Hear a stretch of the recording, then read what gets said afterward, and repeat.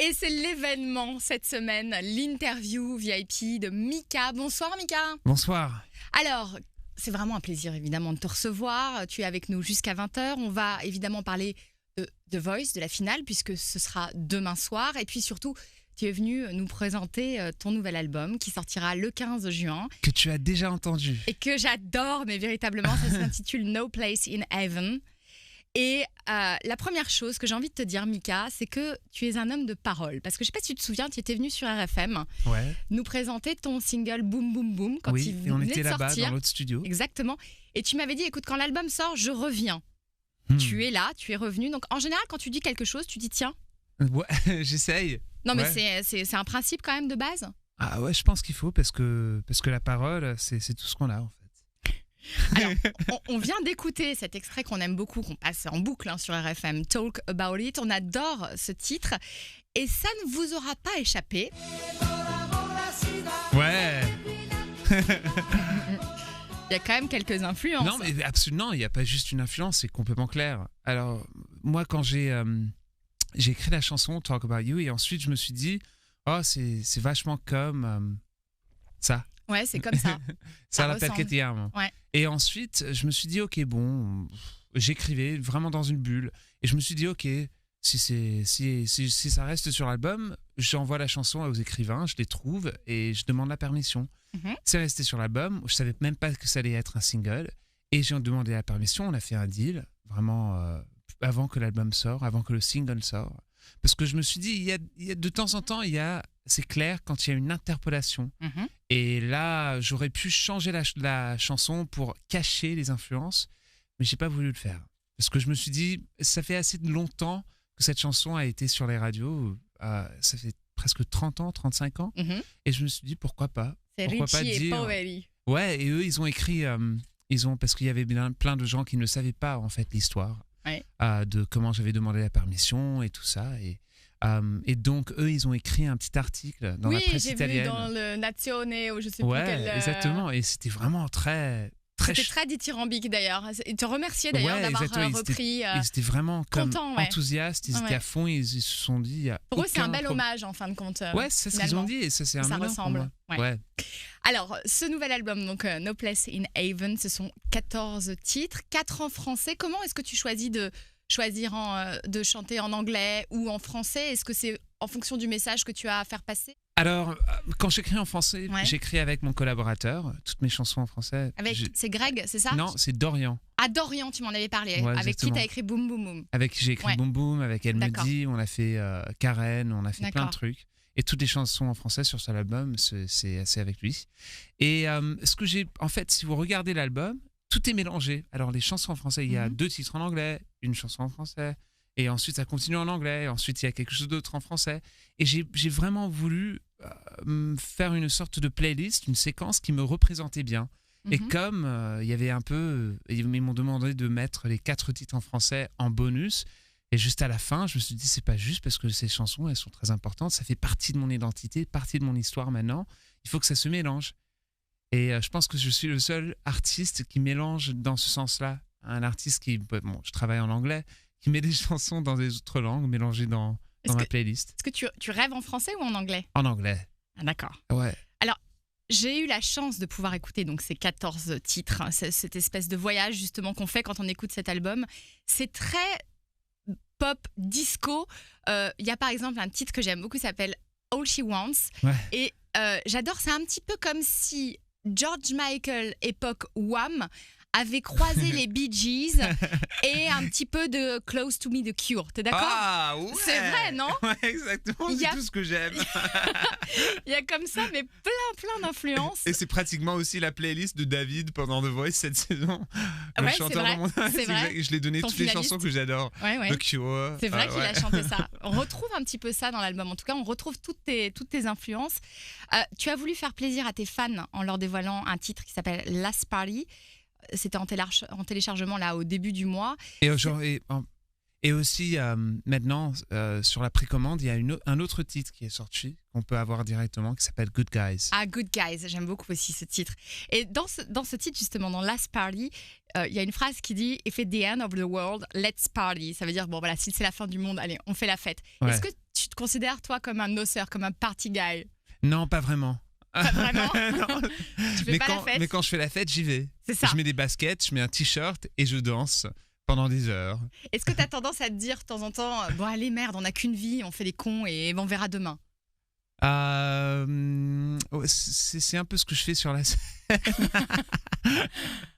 C'est un peu, moi j'ai le privilège de pouvoir faire ça, ce sorte d'exorcisme, ce moment en anglais on dit cathartic. En français aussi. Cathartique. Ouais. Que je peux me mettre sur la scène et un peu me libérer. Et c'est ça, c'est un exutoire quoi. Exactement. Tu lâches tout. Je lâche tout. Et ça c'est super important. Ce titre, Last Party, c'est une ode à Freddie Mercury, tu l'as dit toi-même. Du coup, je me suis dit que ça te ferait plaisir d'écouter Bohemian Rhapsody sur RFM. Avec grand plaisir. T'es d'accord? Ouais, et ce qui est drôle, parce que j'ai écrit ce titre qui parlait de Freddie Mercury, j'ai pensé, c'était très important de l'envoyer à Brian et Roger Taylor et les membres du groupe. Les membres du groupe, pour les dire, écoutez, j'ai écrit ça, ça parle. Et ils m'ont réécrit, ils ont adoré le titre, et ils pensent que c'est très très beau et un beau compliment. Et quand j'ai reçu cette nouvelle, j'étais vraiment soulagé parce que je me suis dit, s'ils n'aiment pas, et ça parle d'un truc tellement intime dans l'histoire de Freddie et dans leur histoire, s'ils n'aiment pas, ça va être vraiment un désastre. Mais non, ça va. Donc tu vas faire un shooting là? Ouais, j'ai fait un shooting à la piscine Molitor. Piscine Molitor, c'est magnifique comme endroit. Ouais, c'est bien. Et puis alors là, pour ce titre, Last Party dont on parlait tout à l'heure, cet hommage à Freddie Mercury, on va te retrouver aussi dans une vidéo sous l'œil de Peter Lindbergh, qui est, pour les gens qui ne connaissent pas, un des plus grands photographes de tous les temps, un des plus grands photographes de mode en tout cas. Est-ce que tu peux nous en dire un peu plus sur cette vidéo? Alors Peter, c'est un grand photographe de mode, oui, mais quand on pense à la photographie de mode, on pense toujours à des choses super retouchées et, je sais pas, un peu faux et retravaillé. Mais Peter, c'est l'inverse de ça. Lui, il est très connu pour capter vraiment l'esprit de quelqu'un. Et il peut photographier un enfant, des animaux et des supermodèles. Il capte tout le monde avec un sens de vie. Un peu, moi, je le compare comme l'équivalent photographique de Hemingway. Il a une simplicité et il est tellement direct dans la manière qu'il communique de l'émotion. On est devenus amis parce que j'ai fait un shooting avec lui pour une association qui s'appelle Enfants sans cancer. D'accord. Et Imagine for Margot. Et on est devenus amis dans ce contexte-là, qui était un contexte complètement en dehors de la mode, en dehors de la musique, tout ça. Et on parlait, on rigolait, on a passé un week-end ensemble à Arles. Et finalement, j'ai dit, franchement, je peux rien imaginer de mieux de t'avoir me capté aussi pour ma musique. Parce que normalement, quand je fais des photos pour mes albums, ça me donne vraiment le trac. J'aime pas. Parce que je trouve que c'est juste quelqu'un qui vient, qui fait un job. Il le fait pas par amour. Et Peter, il a fait complètement ça pour s'amuser. Alors, il a fait des photos pour l'album et aussi, il a fait cette vidéo qui est le concept, c'est une prise. On en a fait presque 30. Et c'est Peter qui me dirige, mais d'une manière très, très, très discrète, mais aussi précise. Et c'est comme une photo qui parle. Ah oui, c'est magnifique. Dans cette vidéo, moi, j'ai eu la chance de voir un petit extrait. On peut le dire, tu es tout simplement canon, Mika. On va pas se mentir. Quel genre de relation tu as avec ton physique? Est-ce que tu te trouves beau? Ah non. C'est vrai? Ah non. T'es complexé? Ça dépend. Je suis un peu complexé, mais aussi je suis... Alors c'est drôle. Je pense que je suis comme la plupart des hommes. C'est-à-dire? Alors, la plupart des hommes, je prends une douche, je me regarde dans le miroir et je me dis, ok, là ça va. Mais quand je me vois capté par quelqu'un d'autre, par exemple dans une photo d'iPhone ou un truc comme ça, j'aime pas du tout ce que je vois. Et la plupart du temps, quand je fais des shootings, j'aime pas du tout la photo qui sort. J'aime bien la photo, mais j'aime pas la personne dans la photo. Et donc... allonge-toi, Mika, allonge-toi. On va parler ensemble. Mais quand il y a quelqu'un qui peut te prendre en photo et tu te dis, ok, ça c'est la personne que je regarde dans le miroir, c'est pas du tout un truc égocentrique. C'est pas un perspective comme ça. C'est comme si il y a juste, c'est bien calé, c'est un peu plus honnête. Et donc, on peut s'aimer un peu plus. Mais tu as conscience quand même de l'effet que tu fais aux gens. Les gens te trouvent beau. Tu en as conscience de l'image que tu renvoies. Oh, c'est pas vrai. Il y a des gens qui sont beaucoup, beaucoup plus beaux que moi. Hein. Et ça, j'en suis sûr. T'as eu une période ingrate, justement? Ça veut dire quoi? Où t'es vraiment très laid? Parce que on a tous eu une période comme ça. On dit pas ça. J'avais des boutons comme tout le monde. Ouais, c'est ça. Mais ça, moi, c'était pas mon problème. Moi, j'avais une période. Au lieu de dire ingrate, on peut dire mignonne, parce que j'étais assez gros. Ah oui. J'étais gros. J'étais bien gros. T'étais bien gros. Ouais, mais c'était bien comme ça. Tu te plaisais comme ça? Oh, bon, et comment ça se fait que t'as perdu du poids alors? Comme ça, non, mais tu étais bien, t'étais à l'aise. J'étais à l'aise. Et j'aimais bien, parce que moi je mange énormément. Alors avant que j'ai grandi, ouais. Avant que j'ai grandi, ça avait un effet et je grandissais dans l'autre sens. Et vraiment, j'étais le plus grand de tous mes frères et sœurs.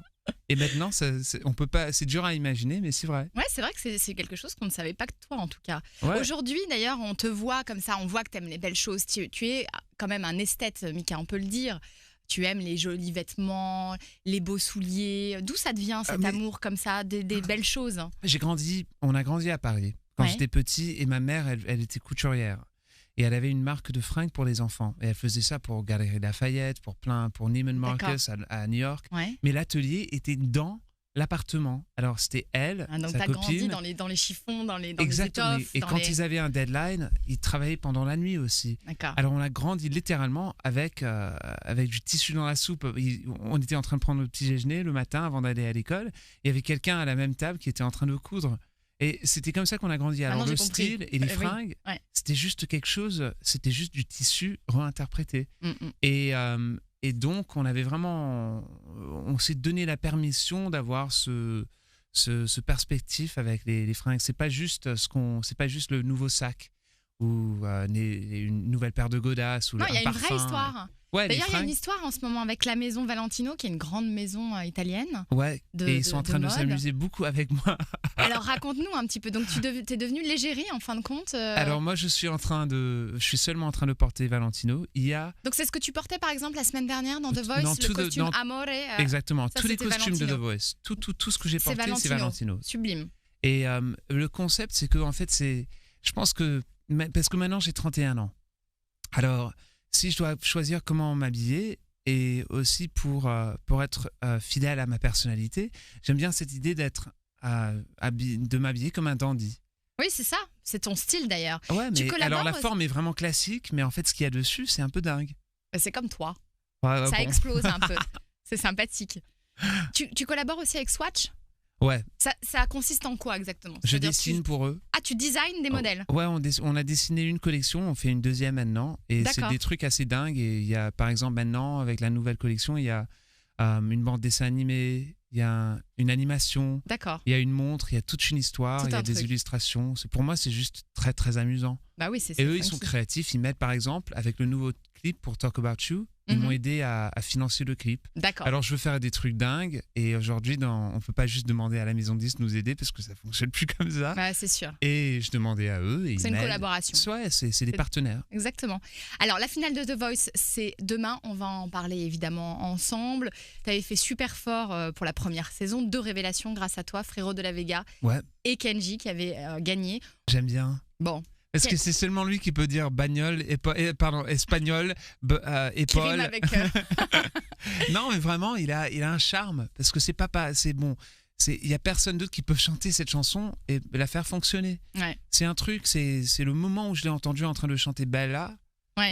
Et je me suis dit, la personne qui est en train de chanter s'en fiche. Et pour lui, c'était clair que je pouvais entendre que cette personne s'en fiche de ce que les gens sont en train de penser de lui.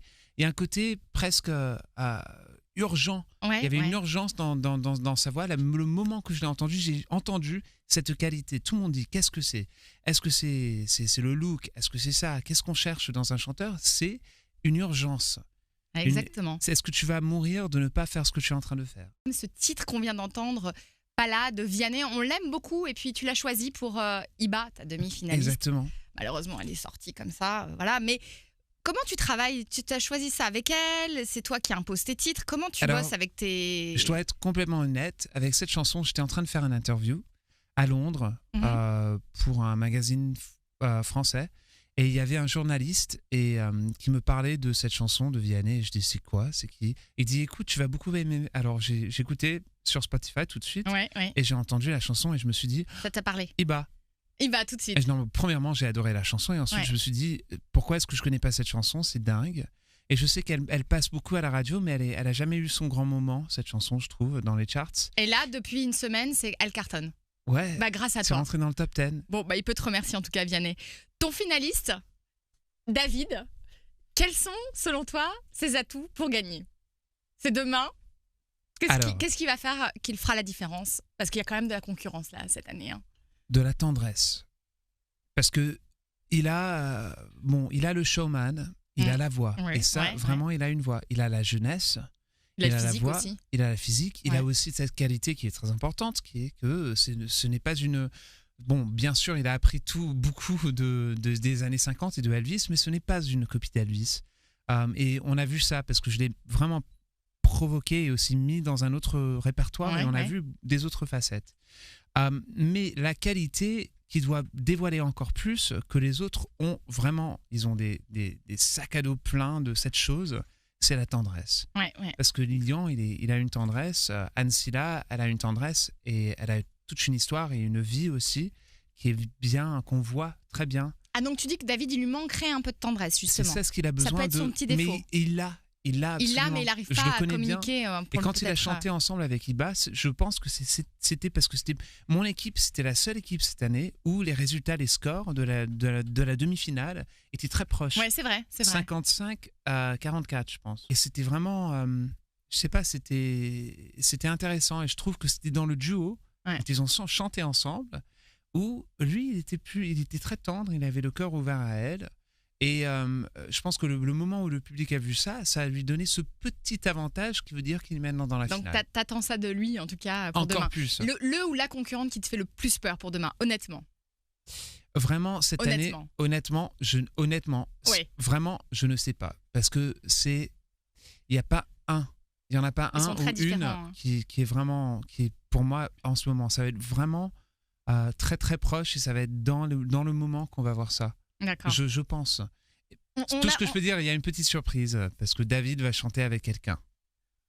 Quelqu'un d'autre, avec moi et aussi tout seul, mais il va faire un duo avec une autre artiste. On a pas mal accusé là sur les réseaux sociaux Jennifer de favoritisme avec Batista. C'est pas vrai. On pourrait dire la même chose, mais ce serait pas du tout vrai avec Iba. Mais le truc, c'est que c'est le public. Un petit côté patriotique, toi, par exemple. Mais c'est le public qui a sauvé Iba chaque semaine. Oui, bien sûr, bien sûr. Est-ce que moi j'ai un patriotisme côté, non. Par rapport à ta patrie, le Liban. Un peu, mais c'est sûr que quand quelqu'un me dit qu'ils ont 26 ans et ils sont libanais et ils sont en train de construire une carrière, je comprends les challenges. Je sais que c'est dur. Je sais qu'il y a toute une génération précédente qui ont perdu toute beaucoup de leurs opportunités à la guerre. Après 25 ans de guerre civile, il y a un effet très profond. Et donc, ça m'adoucit à leur cause. Tu te sens proche de l'histoire du Liban. Oui, et aussi, par exemple, s'il y a, je sais pas, un jeune Syrien qui vient, qui dit je veux faire ça, tu ouvres tes bras un peu plus parce que tu te dis, dans les circonstances que vous vous retrouvez, si on n'ouvre pas nos bras un peu plus, c'est dur. Bien sûr, maintenant au Liban, c'est beaucoup mieux. C'est pas du tout la même chose, mais je trouve que il y a certains pays où c'est plus difficile de former une carrière. Et pour quelqu'un, pour abandonner tout ce qu'elle était en train de faire au Liban, parce qu'elle avait déjà construit une carrière. Elle avait déjà une carrière d'ailleurs là-bas. Elle était déjà quelqu'un de connu. Tu la connaissais, toi? Moi, j'avais déjà entendu parler d'elle. Je l'avais entendu parler d'elle. Oui, mais quand tu t'es retourné, tu l'as reconnue ou tu... Oui. Tu l'as reconnue, d'accord. Je l'ai reconnue. D'accord. Mais je savais pas si elle pouvait s'adapter à la manière que j'aime travailler. Mais c'est quoi ta manière de travailler alors? Je casse tout. C'est-à-dire? Je casse tout et je reconstruis. D'accord. Est-ce que tu considères par exemple qu'il y a certains... Et c'est dur, hein? Bah oui, ça doit être difficile. Ouais. S'il y a certaines personnes par exemple qui viennent te voir et tu considères que c'est pas la peine de persévérer, est-ce que tu vas leur dire de manière très claire et affirmée? Oui. D'accord. Alors vas-y, retourne-toi, on va faire comme une petite audition à l'aveugle et tu vas me dire, parce que moi j'adore chanter, tu vas me dire si c'est la peine ou pas que je continue ou si... Mais tu dois bien chanter, pas juste faire du schtroumpf. Non, je te jure, je chante. Okay. Je chante comme je chante chez moi. Je chante. A cappella, hein, attention. Che confusione sarà perché ti amo, un'emozione che cresce piano piano, stringimi forte e stammi più vicino, se ci sto bene, sarà perché ti amo. Je sais pas si tu es en train de me gronder ou me chanter une chanson d'amour. Mais au même temps, c'est un peu comme Meryl Streep dans Mamma Mia. Ah, tu vois, ouais, t'as juste besoin de pas mal d'autotune et peut-être encore 20 ans et on y sera. Ouais, mais le problème, c'est que tu dois devenir une vedette et ensuite tu pourras chanter et on te pardonnera. D'accord. Bon, pour oublier ce moment déplorable donc, de radio, où 10 000 personnes à peu près sont parties. Un 10 000, là, tu peux ajouter un 0. Hein. on va essayer de remonter l'audience. Revenez. Mika, toujours avec nous donc, pour la sortie de cet album No Place in Heaven. Tu penses que tu n'auras pas ta place au paradis, Mika? Je sais pas. Je pense qu'on est tellement obsédés, même les gens qui sont pas religieux. T'es croyant? J'ai grandi catholique romain. D'accord. Et en fait, je suis comment on dit ça? C'est la version libanaise. La version libanaise, oui. Protestant. Malkite. Ah, Malkite. Ouais. D'accord. En tout cas. C'est chrétien en fait. Oui, c'est chrétien. Ouais, mais. Mais tu crois en Dieu? Je pense, oui. D'accord. Bon, t'iras au paradis. Il n'y a pas de raison. Je sais pas si ça existe. Ah, ouais. Alors, je suis plutôt quelqu'un qui croit en Dieu. Ouais. Parce que j'aime bien. Je pense que c'est un concept assez important. Mm-hmm. Mais dans tous les détails qui viennent. C'est pas des détails quand même. Comme le paradis, je pense qu'on est tellement obsédé par cette idée du paradis qu'on construit des tours de Babel qui sont vraiment épuisantes. Et je pense que. Ouais, et c'est le moment où on se libère de cette peur qu'on peut juste retrouver un peu une version du paradis dans la vie quotidienne. On va essayer de te connaître un petit peu mieux. Quand tu te lâches vraiment, qu'est-ce que tu fais? Je danse. Tu danses. Le trait de ton caractère, où tu manges? Non, je mange. Non, c'est pas vrai. Tu te lâches pas sur la bouffe? Non, c'est pas vrai. Tu te lâches en dansant? Je cuisine. Ah ouais? Quand je dois réfléchir, je cuisine. D'accord. Quel genre? Tout. Mais vraiment, je cuisine mais très sérieusement. Et super bien. Et tout le monde dans ma famille, on cuisine super bien. Mon frère est un boulanger, il fait des pains 5 fois par semaine, il se lève à 5h du matin pour faire du pain avant d'aller travailler, je vous jure. C'est quoi ton péché mignon? Mon péché mignon, c'est de la bière. Ah, la bière, comme moi. Genre quelle bière? Qu'est-ce que tu préfères comme bière? Des bières belges. Ah, une bière belge blonde ou? Non, comme le Duvel ou le West Maltrip. D'accord, la prochaine fois, à la place du thé, t'auras une bonne petite binouse. Le trait de ton caractère qui te rend fier? Ah, la tolérance. J'essaye de l'avoir, en fait. La persistance. La persévérance. La persévérance. Et le trait de ton caractère dont tu as un peu honte? Je suis têtu. C'est pas mal aussi. Ouais, non. Si tu pouvais changer quelque chose chez toi physiquement, ce serait quoi? Alors, il y a tout. Généralement, on dit que les femmes sont plutôt comme des poires. C'est ça, non? Oui. Je suis en train de parler dans des clichés horribles. Et que les hommes, c'est plutôt des triangles.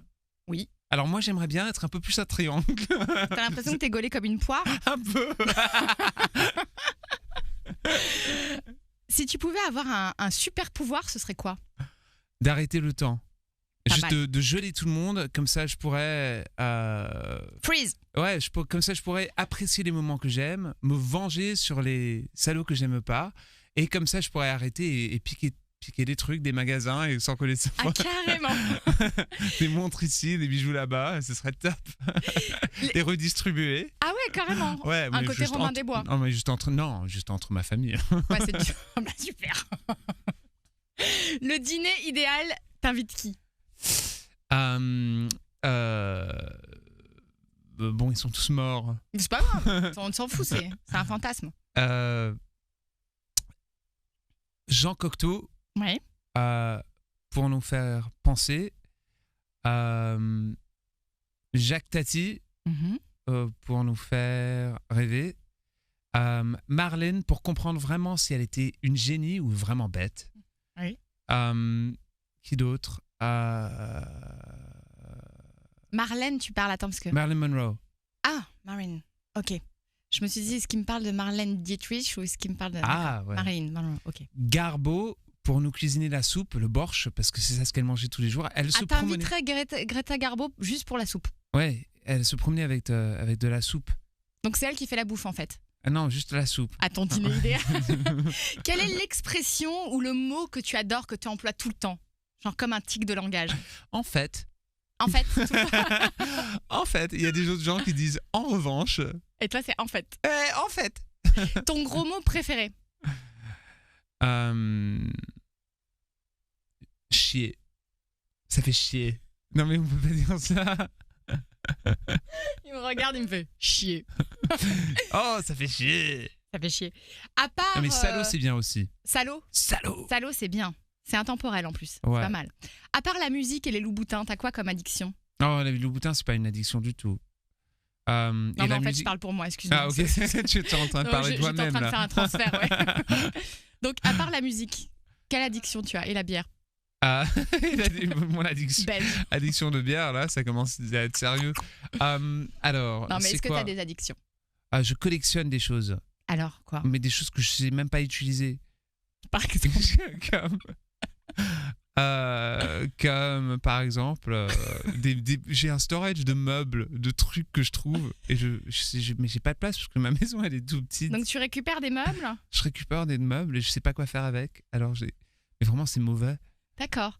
Donc ce serait ça ton addiction. J'ai déjà donné des meubles à ma famille, à mes sœurs par exemple pour leur appartement. D'accord. Ouais. On savait pas ça de toi. Je collectionne des trucs. Je collectionne des dessins. Ouais. Des dessins signés ou des dessins Des dessins des autres gens, des illustrations. D'accord. Je collectionne. T'es un collectionneur. Ouais. Mika, mais c'est pas des trucs très chics, hein. C'est juste des trucs assez simples. Qui te plaisent. Même dans les meubles, c'est pas des meubles qui coûtent cher. C'est des trucs qui te plaisent, qui te. D'accord. Ouais. Est-ce que tu as des regrets? Ma maison est un peu comme une brocante.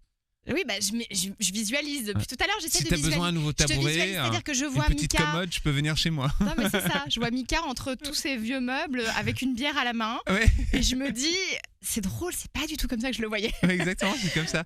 Mais en fait, j'ai un fantasme de vraiment, mais ça c'est sérieux, d'un jour de me libérer de tout ça et d'ouvrir ma porte et de transformer ma maison en termes de magasin où tout est à vendre. D'accord. Tout. Et comme ça, je peux recommencer à zéro. Ah, c'est une bonne idée, ça. Le dernier album de Mika est à vendre. Mika, la dernière question, c'est est-ce que tu as des regrets? Je pense que souvent, on peut confondre très facilement notre envie avec nos regrets. Mm-hmm. Et en fait, moi, bien sûr, j'ai des regrets comme tout le monde, mais ça ne veut pas dire qu'on ne peut pas changer les choses. C'est juste un peu plus difficile. Ça prend un peu plus d'efforts. Et je pense que, ouais. Alors, j'essaye de toujours penser que mes regrets, c'est en fait, il faut les regarder comme des envies. C'est des trucs qu'on veut faire, qu'on veut refaire. Mika, merci beaucoup d'avoir été avec nous. Ton album No Place in Heaven sort le 15 juin. Il va cartonner. J'aime beaucoup Good Wife à écouter en boucle par exemple pour danser. Merci. Ou Ordinary Man pour pleurer. J'ai pas envie aussi avec un texte très drôle. Toi, quand t'as pas envie de faire un truc, est-ce que tu peux te forcer un petit peu ou même pas en rêve? Non, impossible. Même pas je le fais très mal. Il y a une autre chanson aussi en français, une balade que j'aime beaucoup qui s'appelle L'amour fait ce qu'il veut. L'amour, disco. En amour, t'as l'impression que tu maîtrises rien? Je maîtrise très mal. Très mal. Est-ce que t'es plutôt du genre... Je suis beaucoup mieux à la cuisine. Hein. D'accord. Ouais. Mais t'es du genre quoi? Amour passionnel, faut que ça bouge, faut que ça te prenne aux tripes, ou t'es plutôt à l'aise dans un truc stable? Je sais pas. Tu sais pas? Je sais pas, chaque fois que c'est vraiment quelque chose de bouillant et excitant, ça termine en désastre. D'accord. Et chaque fois que c'est quelque chose où je dis, oh, tout ça, j'aime pas. C'est pas intéressant, c'est ennuyant, ça dure très longtemps. Ça dure longtemps, ouais. C'est souvent le cas d'ailleurs. Il y a une tournée qui est prévue, c'est encore un petit peu tôt peut-être pour en parler, je sais pas. Non, absolument, c'est déjà vendu. Paris, c'est déjà vendu, c'est complet. Alors dis-moi, parce que tu connais les dates ou pas du tout encore? Ça commence aussi le 19 septembre. 19 septembre. On fait les Zéniths en France. Mais on va ajouter encore des autres dates à Paris par exemple. Parce que c'est déjà complet. D'accord. Donc, mais ça se passe bien. En fait, la vérité, c'est que la tournée, elle commence en Asie en mai. Ah, en mai. Ouais. Là, demain, quoi. Oui, malheureusement.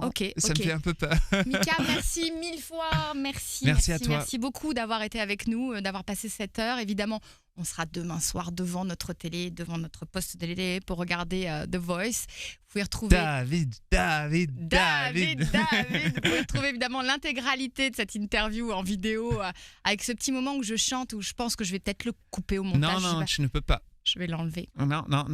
Non, il ne faut pas avoir des regrets dans la vie. Je te fais plein de baisers. discuté.